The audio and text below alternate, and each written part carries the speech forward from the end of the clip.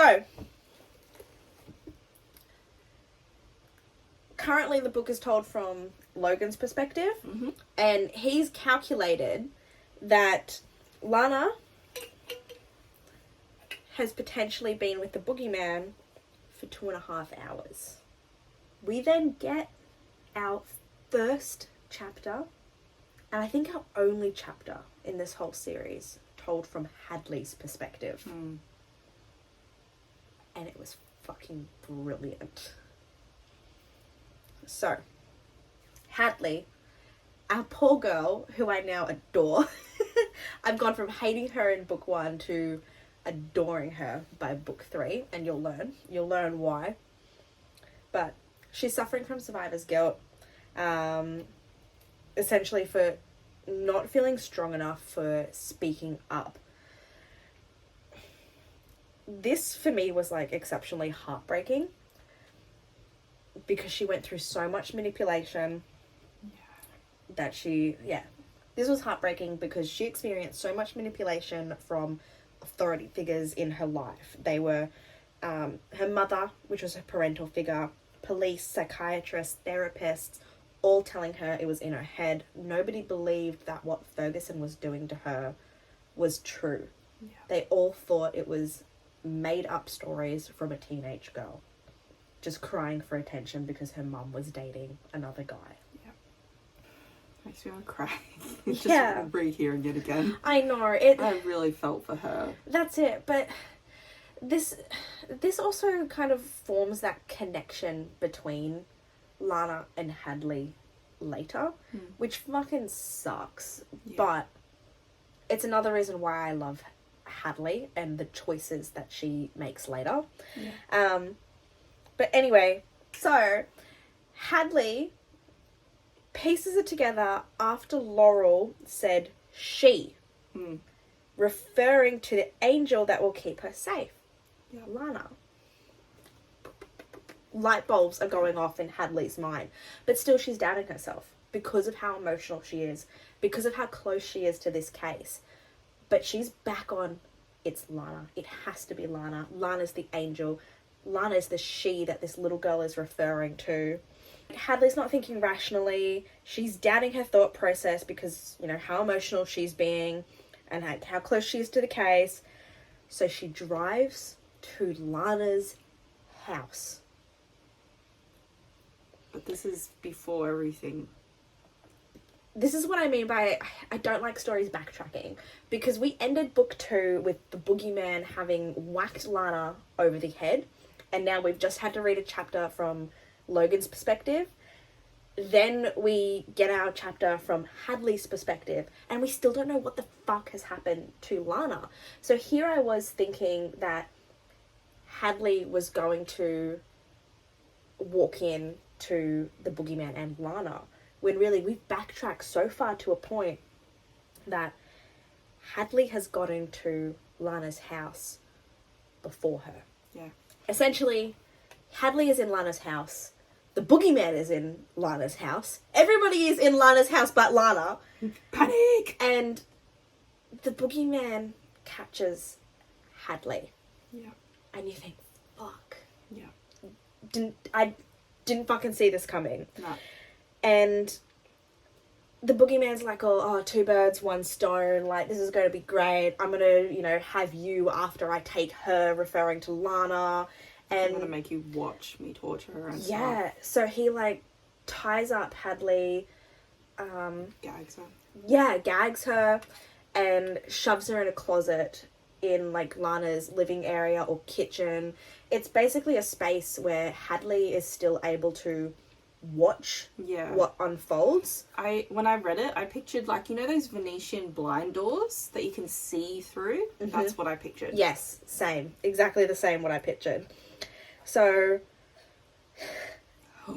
this is now finally where the book flicks back to Lana's. This is now jumped forward to where we left off. But this is like, my predictions stopped. Yeah. We're barely into like the double-digit pages of this book, and I'm like, my predictions are so far out the window, have been tossed aside. You just want to know what's happening next. Yeah, like, I I did not see Hadley being there. I didn't see Hadley fucking witnessing everything.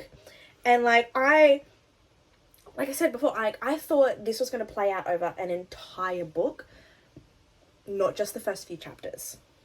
So I didn't see what was happening next. Like, I couldn't predict what was going to happen next. But fucking hell, was it so badass. It was such a roller coaster. So many emotions. Emotional damage. We're back to the end of book 2 now. Boogeyman surprises Lana, whacks her over the head, manages to catch her off guard. This is all told from Hadley's perspective still. Yeah. This is told from Hadley's perspective. Yeah. Hadley witnesses everything, and you get Lana v. the Boogeyman from Hadley's perspective.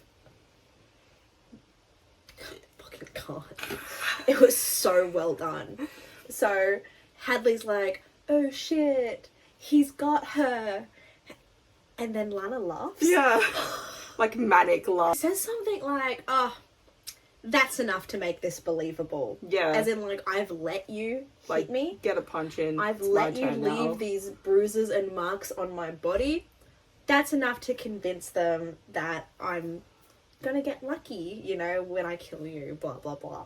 Boogeyman's fucking so confused at this point. Does not realize he is going up against another serial killer. Yeah. And one that has been training for 10 fucking years for this. Well, not for him, but she's have her trained skill set. She's trained a lot of martial arts, everything. She's gonna fuck him up. Yes. And it's just so badass. But Lana, thinking that she is alone in her house with the Boogeyman, starts monologuing. And at one stage goes on about how, you know, oh, I always hate that scene in horror movies where, like, the girl gets out alive, or because the bad guy managed to, like, impale himself on the knife or something, and it's just so blasé, like stereotypical, and it's unexciting, and it's like, ugh. And Lana does exactly that.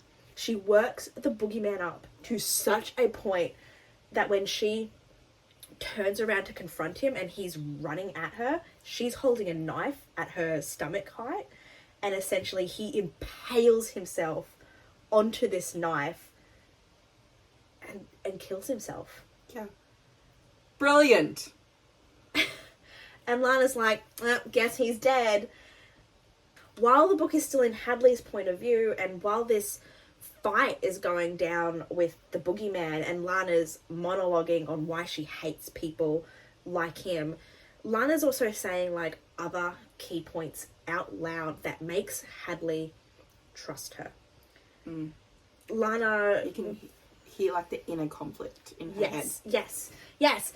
Hadley is having this fucking moral dilemma. Like, her moral compass isn't as aligned as what the FBI's and Agent Bennett's and everybody else is. It's a little bit grey, but she is still part of the FBI. And this is where things get so questionable for her, because she listens to Lana talking about how the Boogeyman is just a sick fuck of a man, and what he's doing to these women is just despicable. And she reveals a little bit about her past, I think, in this moment. Not enough, but enough for Hadley to kind of catch on to what she's getting at. Yeah. And Lana also mentions that she's doing this to protect Logan. And that's another bit that makes Hadley trust her that little bit more as well. Yeah.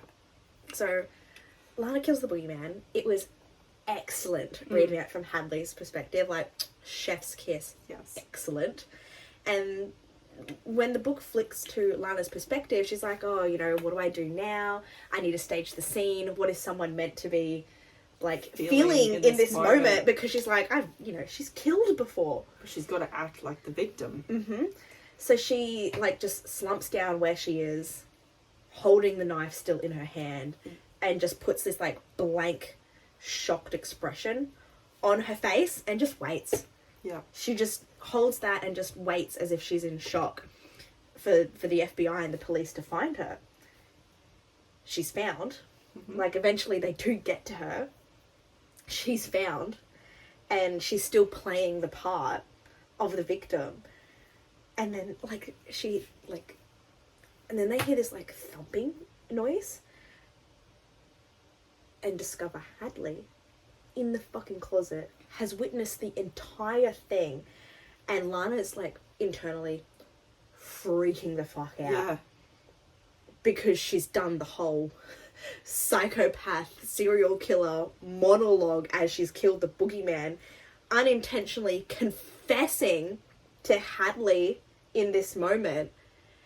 And when Hadley is ungagged, Hadley tells them everything that she witnessed, but it's the story that Lana has made the rune and her injuries and how the boogeyman's portrayed died. She protects Lana. Hadley is keeping Lana's secret.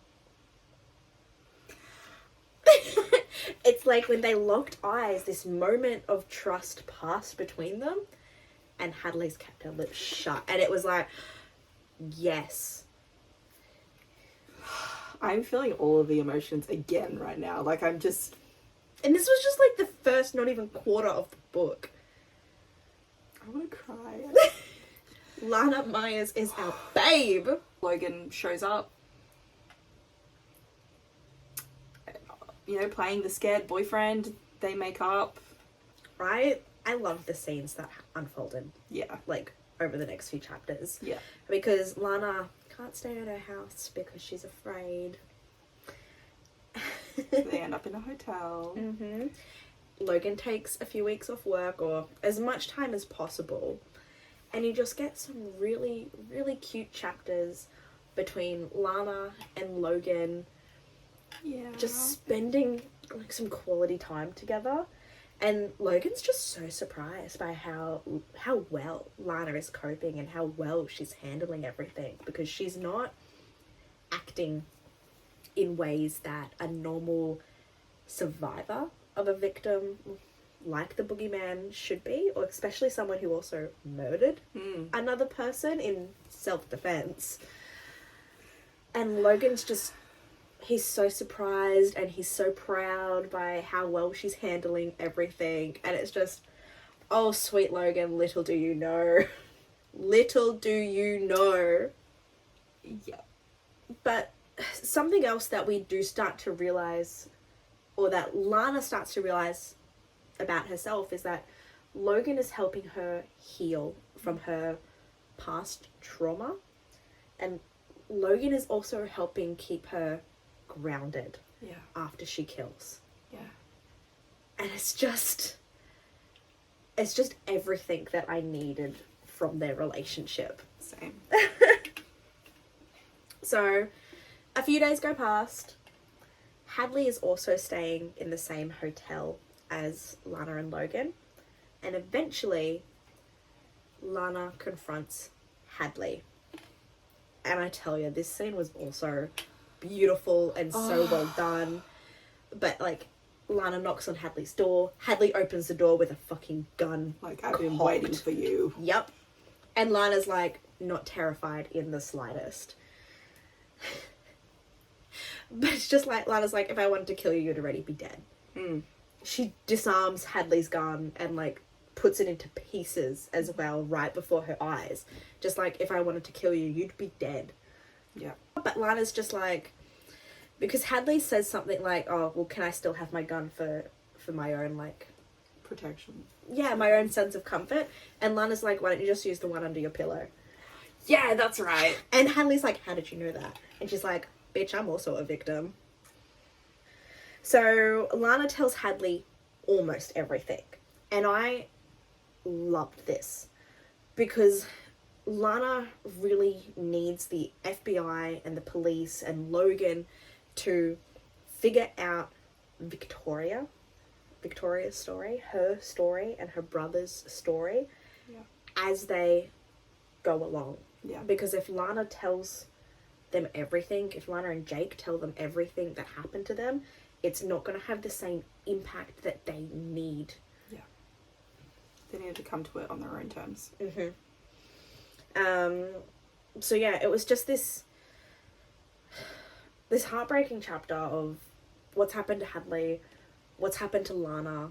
They're bonding over their past trauma, but Hadley agrees to keep Lana's secret for now.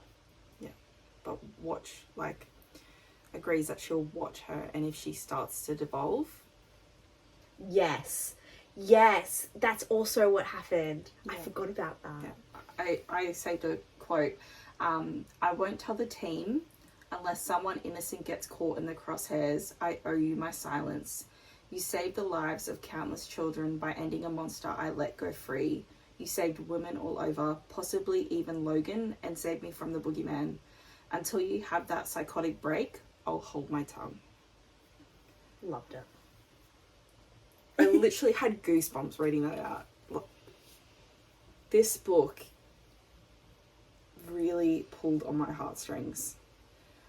We then get a chapter from Logan's perspective where him and Leonard go to visit Jake because they're suspicious of him having been someone that's left Delaney Grove.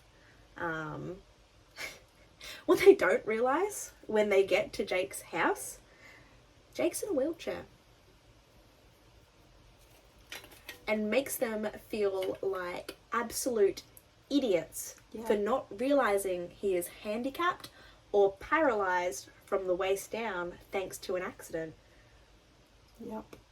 However, it's all a part of the story that Lana and Jake are portraying to the world to make sure that Jake isn't part of an investigation. Yeah. It's not a suspect. Logan's gut is still fucking suspicious of Jake, but everything about Jake's house is somebody with a disability who needs a wheelchair to move around lives here. Mm-hmm. Like, we're talking bench tops have been lowered, there's a ramp leading up to the front door. Everything is being catered for somebody who should be in a wheelchair. And even watches his legs. Yes. Even paying attention to Jake's legs to make sure they don't twitch or move. It, like, give away a sign that somebody's faking. And that would have taken such a long time to perfect. Mm-hmm. Like, that's not something you can just do. So... They thought of everything! Literally, Lana and Jake have thought of everything. And Jake's medical records even reflect this. Mm-hmm. But it's not something, like, immediately at the top. Yeah. It's just whoever started investigating Jake and when they started looking into Jake didn't dig deep enough to, I guess, find this information. They were like, yep, he's a male, he's from Delaney Grove, he's someone who's left the town. And he's the son of the lawyer. Son of the lawyer that was arguing for Victoria's dad. That's how they've started to kind of look into him, and Jake's just made them feel like absolute idiots for not realising that he's paralysed. However, Lana was also at the house when the FBI came to visit. Yes! Mm-hmm. So whilst Jake is getting fucking interrogated and questioned by Logan, Lana's just in the other room, eavesdropping, trying not to make a sound. But Lana, in her, I guess, anxiety or her surprise, she accidentally knocks over some thumbtacks from the desk, and Logan hears this and goes, open this door. I want to have a look inside this door. So Jake opens the door and there's no sign of Lana, but he sees the thumbtacks on the ground and immediately improvises the scene because Lana was smart enough to prop open a window and make it look like the curtains had knocked down these tacks, and he's in a wheelchair and he's like, oh, fuck, now I've got to clean this up again, thanks. Kind of making it seem like the FBI have ruined his day and this is a hardship that he's about to go through because he's in a wheelchair and has to somehow clean up these tacks off the floor. Yeah. Logan leaves with Leonard, thank you. And is still suspicious. It's like, my gut is never wrong. I'm certain that window was closed when we got here. Don't be suspicious. Don't be suspicious. Don't be suspicious. Don't be suspicious. Don't be suspicious. Yes. Yeah. Logan has to leave. Mm-hmm. Jake ends up leaving in his van. Oh, I forgot about all this. Yes. Drives to a basketball game that he referees for other handicapped children. And makes the... well, he doesn't make the FBI watch him, but he umpires this game. And it is part of the story. It's part of the picture that Lana and Jake are trying to portray. It's not even, yes, I'm handicapped. It's, I'm handicapped and I help my community and other handicapped individuals. Yeah, there's no way he can be the suspect. No way. The FBI, whoever's tailing him, actually look into the back of his van. It was Logan. It was Logan? Yeah. They look into the back of the van. That's right, because Lisa is watching the house to make sure nobody else leaves. Yeah. Because Logan's like, I bet he's helping the unsub in some way. He's somehow involved. He has to be. But of course, nobody leaves the house. Logan watches the game the entire time Jake is umpiring. Nothing suspicious at all. Manages to check the back of Jake's van. Again, nothing suspicious, just a box. Yeah. Turns out Lana was in that box. And Jake made her wait in there for hours. Jake fucking put something heavy on top of it to make sure that Lana did not leave. Yeah. Brilliant. Yeah. It was so brilliant. Yeah. I couldn't think, like, how was he going to get out of there? How was Lana going to get out of that situation? Yeah. Brilliant. So fucking They smart. thought of everything. Everything. It's also while Jake is being questioned, he gets really angry and mentions Agent Johnson. And actually refers to him as, like, Agent Dickhead or Agent Asshole. Or insulting. And he actually uses, like, this insult directly to Logan and Leonard. I keep thinking Lawrence. And yeah, this is where we start to learn a little bit more about Agent Johnson. And he covered up so much shit between Lana's dad, the original murderer in Delaney Grove, let so many people get away with everything and just swept it all under the rug. And yes, because he was friends with the director, he got away with just putting an innocent man to jail. Look, it's also mentioned that he is known at not being very good at it. Because obviously he found his suspect, Lana's dad, and was like, he did it. Planted everything to make it that he did it. And then was like, I've got better crimes to do, and just left without actually finding the actual murderer. Despite the fact that more murders still continued after Lana's dad had been arrested, put in jail, and murdered himself. Yeah. Not murdered himself, but somebody murdered him. Yeah. He was hung. This is where we start to learn more about the history. Delaney Grove. Yeah. And just all the problems associated with it. So Logan is still suspicious about Jake, but obviously it can't be him. They find out that Jake's father was Victoria's father's lawyer when her father was convicted of the original crimes, murders. He was the lawyer who tried to win his case. So they think maybe he could be connected. They go to question him. We then find out that SSA Johnson is being put into the investigation, the current investigation. He's caught wind that they're trying to investigate Delaney Grove, and he's like, oh shit, like, I've got to insert myself in. Hey, director, can you let me in here? That's it, because, like, he's pissed off that Logan is looking into his old case. Yeah, and he knows he's going to get caught. He's so convinced. He's just like, rah, why are you looking into this case? This case was solved. There's no reason. I solved it. Like, I got the bad guy. So he inserts himself into the investigation, essentially takes it over, tries to. But obviously the team is like, you're a fucking idiot. Everyone's still following Logan's lead. Yeah, but SSA Johnson ends up changing the killer's profile, so Lana's profile, completely saying she's not actually a revenge killer. She's not even a she.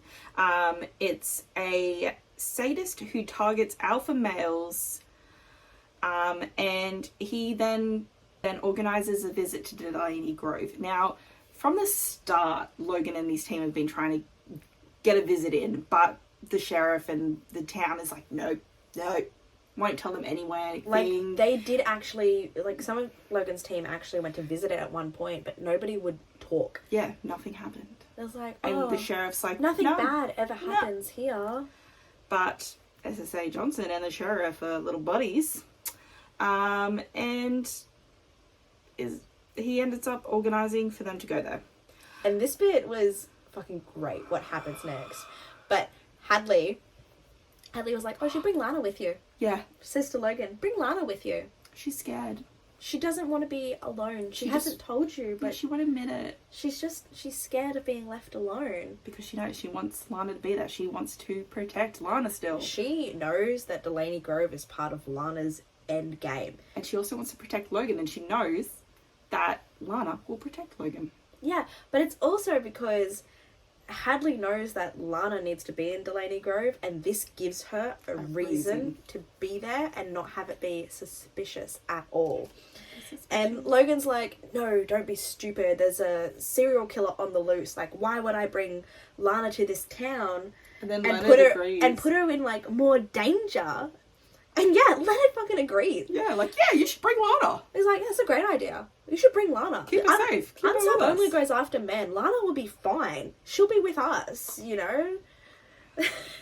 And Logan's like, I can't believe you guys. Like, this is the stupidest idea.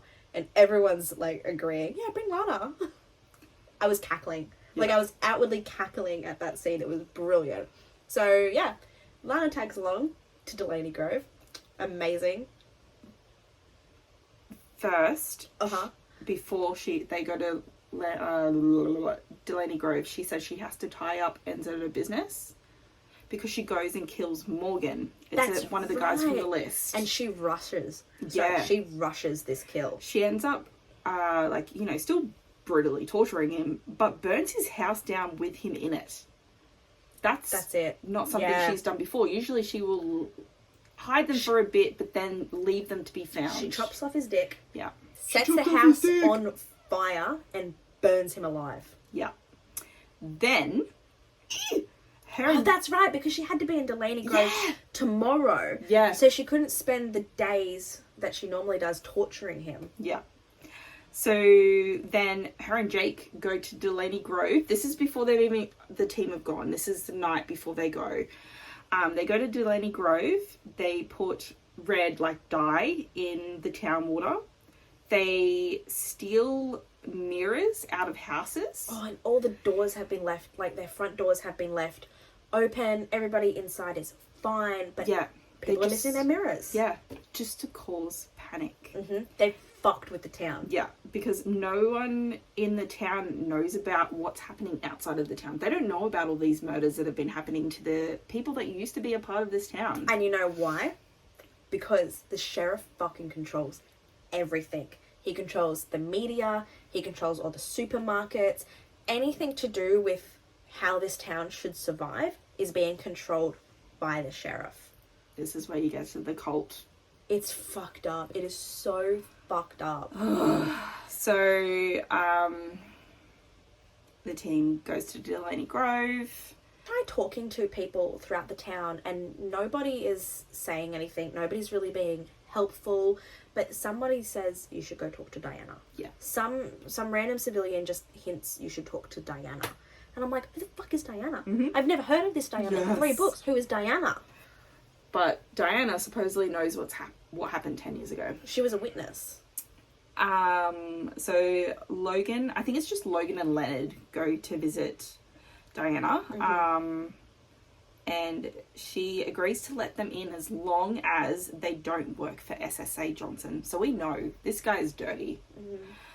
So the end of the book goes, Diana eyes us as she listens to the person on the other line. She's called her son.